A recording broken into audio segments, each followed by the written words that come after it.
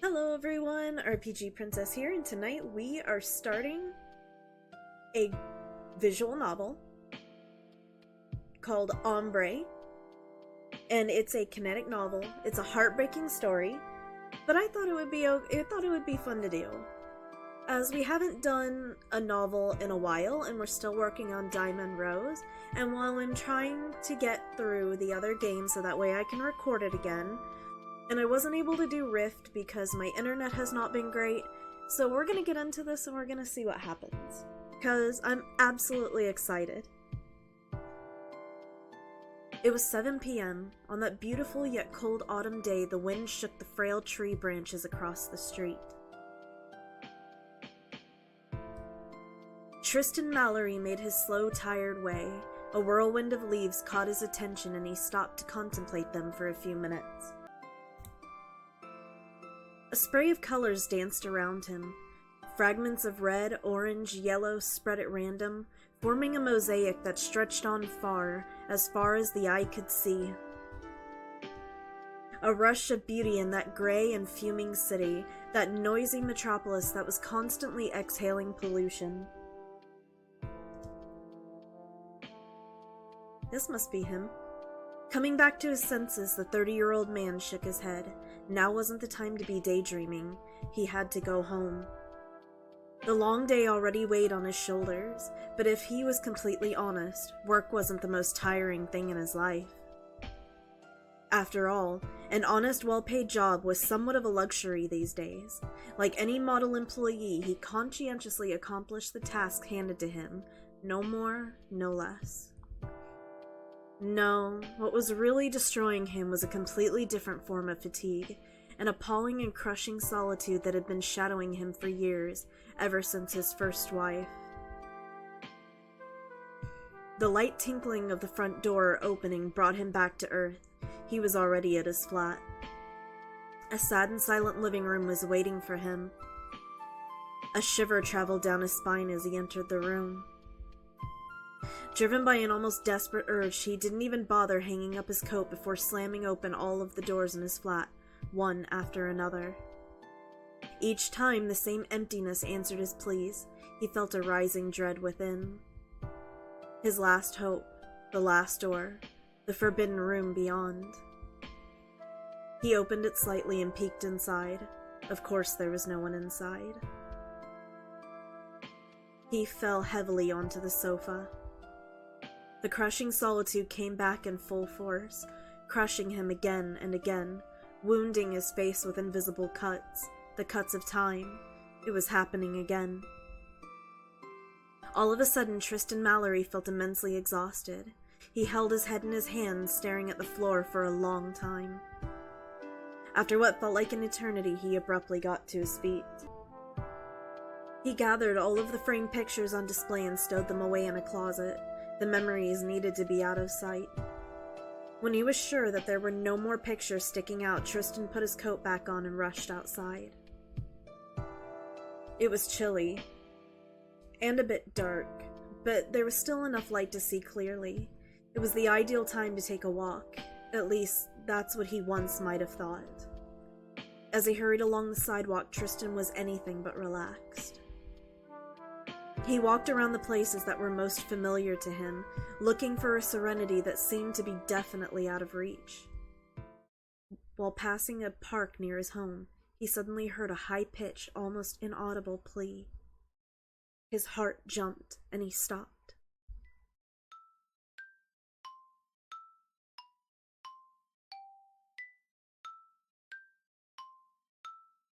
In the dim light of the setting sun, he made out the silhouette of a little girl sitting on a swing with her head bowed. Tears were rolling down her cheeks. Afraid of startling her, he approached slowly and took a closer look. Her clothes were crumpled. She had neither a coat nor a scarf, and she bore various scratches as if she had been in a fight. The park was completely deserted, and she seemed to have been there for a while. For a second, Tristan Mallory felt the temptation to abandon her there, to leave her to her fate, but very quickly he mentally chastised himself. He couldn't do that. So he placed himself in front of her and asked in a soft voice, Is something wrong? At first, the little girl seemed not to hear him. She choked on her sobs, hiccuped, and shuddered. Patiently, Tristan Mallory stroked her hair and repeated, "Why are you crying? What happened?" It took her several minutes to calm down a bit, but eventually she wiped away her tears and answered with a faint voice interrupted by sobs. "I don't know. I think I've lost something important, really important, but I can't remember what it was." Tristan Mallory sighed, feeling a mixture of compassion and pity. She seemed so lost, so vulnerable. He wanted to hold her so tightly that his sadness would melt away, but at the same time a voice within was telling him that he shouldn't be too forceful, that he should be aware of her vulnerability. So he tried to stay composed and look reassuring, yet in front of this sad little girl he did not feel confident at all. "Are you all alone? Where are Mommy and Daddy?"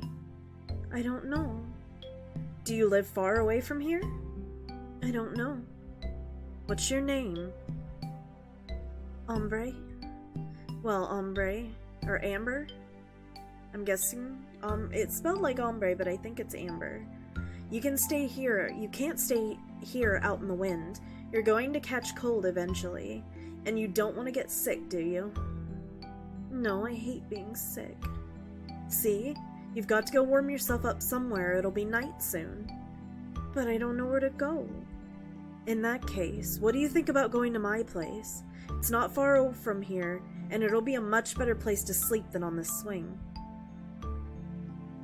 Amber seemed wary, but she had no other choice but to follow him. He gently reached a hand to her, and for the first time she lifted her eyes. They were washed out, blurry with tears and hesitant. He thought it a good idea to force a smile, to appear reassuring. Even with the fatigue, Tristan Mallory showed the most convincing smile he could and took her hand, so fine, so frail, to help her get to her feet.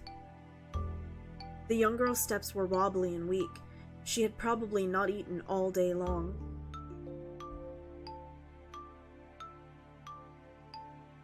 Carefully, he led her to his place while making sure she wouldn't trip. The man removed his coat and shut the front door behind him. "Make yourself at home, I'll cook you something." Passing through the kitchen, he turned on the light in the living room so that his flat would look less gloomy. While searching his fridge for a potential meal, he periodically stole several glances over the counter. In the living room, Amber was still walking around, a bit wild, still on the defensive. She explored this new environment by looking around, admiring the ornaments. Unfortunately, she didn't find much to pique her interest. It was a bland house, almost too bland. There were no clues about its occupants' lives.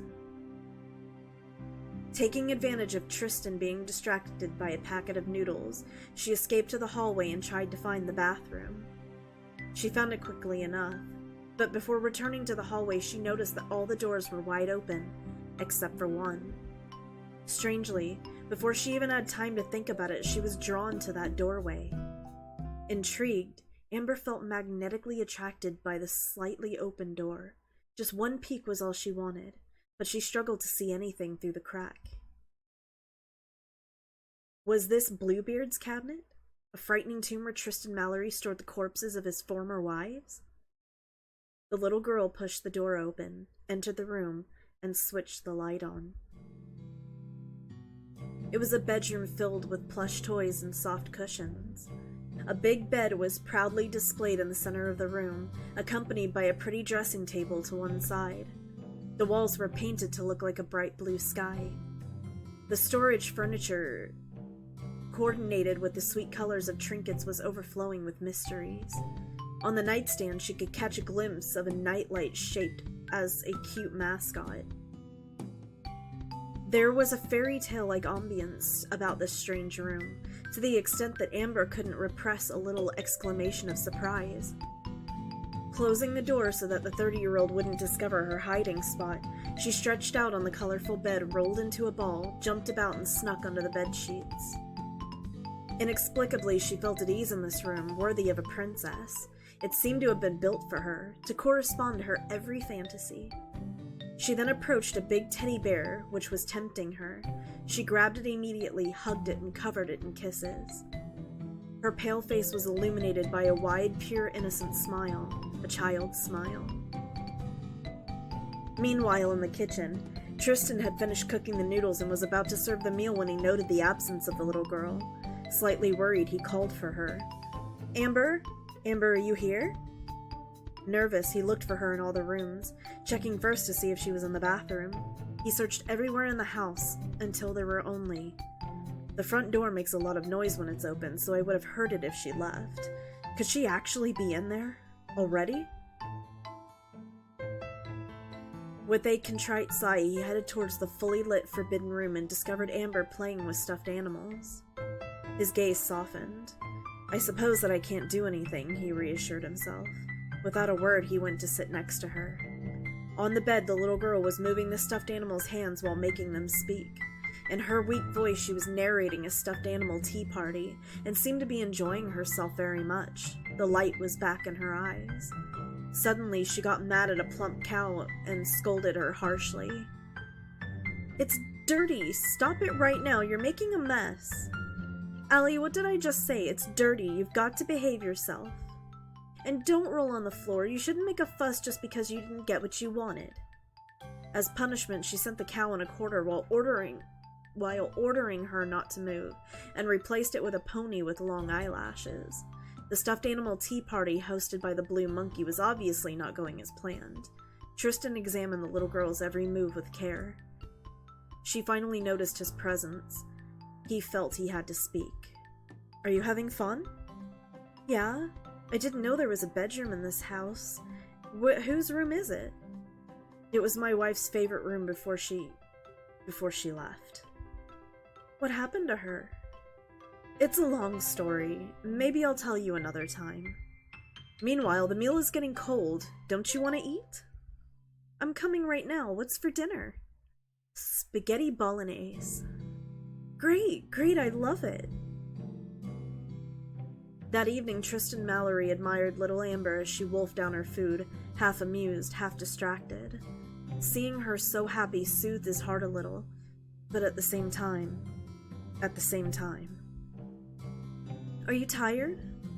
the child suddenly asked with a serious air. "A little. I worked hard today." She didn't comment further. Still amazed by the princess's bedroom, she revived the topic with starry eyes. "Do you like it?" "Yeah, a lot. I wish I had a similar room. If you want, I'll give it to you." "What?" "My wife left a long time ago. Her stuff is still inside and I don't use it. So if you like, it's yours. You can stay in her room while I'm looking for your parents and what you lost. What do you say?" "Can I really? But it doesn't belong to me." "There's nothing sadder than a house without life, don't you think? I know that my wife loved to rest in her favorite room. There she felt at ease, like on a cloud. But now she's not living there anymore. Since you seem to like this place, I think it would make her happy to know that her bedroom is in good hands." "And I can do whatever I want in it?" "While I'm at work, you'll be able to play in this room as much as you want. I'll leave you some leftovers for lunch. You're only to have to heat them up in the microwave. And in the evening, we'll play together if you like to." "Do I need to go to school?" No more school. Only games." "Yay, great." In front of Amber's overflowing enthusiasm, Tristan Mallory couldn't help but smile faintly. Almost pitifully. "Yes, that's it," he kept telling himself, as if to reassure himself. "All I'm doing is keeping her around until she remembers who she is and what she lost. Waiting for her to remember." Thus began their strange routine. Tristan Mallory woke up early in the morning to go to work, but before leaving and rushing into the fog, he had to take a few minutes before facing the daily grind. A few brief minutes on the threshold to gaze at the sleeping Amber. Then he ran away through streets covered by dead leaves, escaping far away toward the mountains of paperwork, toward the baleful tower furnished by vast offices, where the slaves, chained to their computers, toiled away for the lord of that place. Well, at least that's what the little girl thought his working day looked like. As for her, she woke up easily around 9 a.m. and her first reflex was to stretch and yawn in front of cartoons with a bowl of cereal in hand. She followed her favorite heroines' adventures. All of them were beautiful and courageous. All of them were friends for life, princesses with elegant superpowers, covered with light effects and flower petals. Rich and beloved, they lived a perfect and enviable existence, especially the main character, who owned a bedroom very similar to Ambre's. It was colorful and filled with cute accessories. However, this room was only a part of a bigger palace furnished the same way. How I would like to live in a castle as well.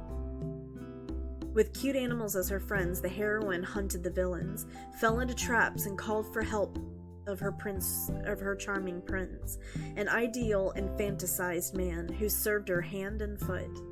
Life seemed easy, full of laughs and adventures. All that was needed was to send back the bad woman to her hiding place in the darkness. After all, she was nasty because she envied the young, dazzling girls. Nasty because she was old and disillusioned. Ambre would have loved to have magical powers, allowing her to make cute outfits appear, allowing her to have a stable where unicorns slept, allowing her to have a ballroom where she could organize extravagant parties based on beautiful dresses and cupcakes. It was always disappointing for her to see the end of the episode. Of course, there were other programs, but the story with magical jewels was her favorite.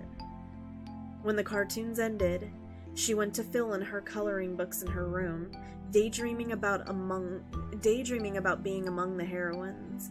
And then at midday, she heated up the leftovers that Tristan had left and went back to watching TV. New programs awaited her. Again, she had her favorite, the one where a little girl owned a puppy that was different from the others. It was a red puppy who could sneak around. It was so very adorable with its big eyes and comical expressions that it made her melt. How I would love to have a dog that cute. The meal passed quickly to the rhythm of opening songs that she knew by heart. This was usually the time Tristan chose to call to make sure everything was okay. She never missed this opportunity to tell him of the content of the episodes of the day, how the heroine had defeated the evil witch with her magical mirror, or how the little dog had helped her mistress at school.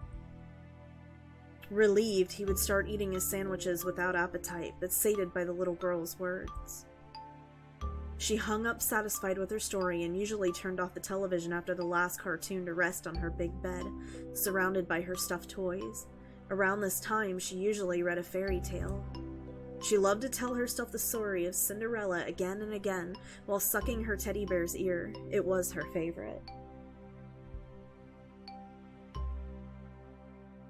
People and life itself were nasty to Cinderella. She had to work hard. It was exhausting. She had to earn her meal, and the nasty, ugly sisters believed themselves superior.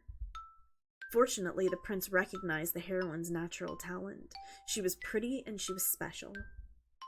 He brought her with him to his castle to live a golden existence, where she wouldn't have to work her fingers to the bone, where money flowed freely, where Cinderella could have everything she wanted, including all things that shone, accessories, dresses, cakes.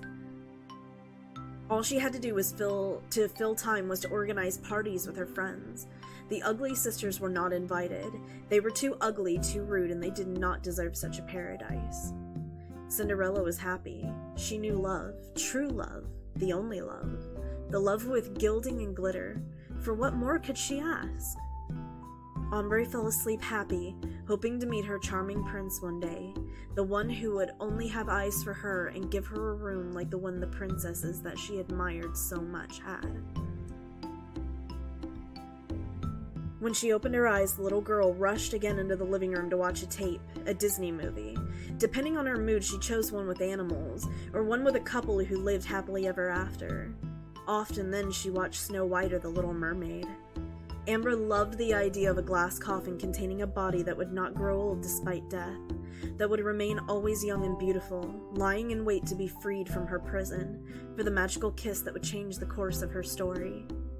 The prince spirited her away from the common hut of those proletarian dwarves who were friendly but so uncouth. She also loved the idea of a beautiful and rebellious mermaid swimming through the oceans, looking for treasure but sacrificing her freedom from the man in her life, sacrificing the endless to squeeze into the gilded cage she had fantasized about 1,000 times. The beautiful and rebellious mermaid never listened to anyone else, which reminded her of her own condition. She too was a sweet, capricious girl. She played those tapes on loop day after day until snack time came. By then, stuffed with idyllic images, she dug into the sweets that Tristan bought for her. Cupcakes, colorful macaroons, pastries, bread, and Nutella. Of course, there were cartoons at this time as well.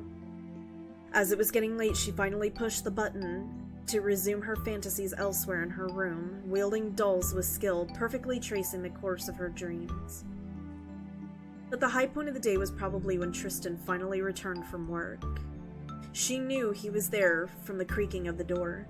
She would rush into the living room to greet him, and all joyous she would throw herself at him, timidly at first, then with more enthusiasm over the weeks.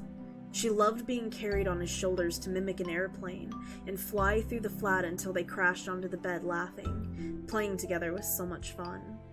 With her friends, she could give life to her characters more easily. Her favorites, playing Mummy and Daddy.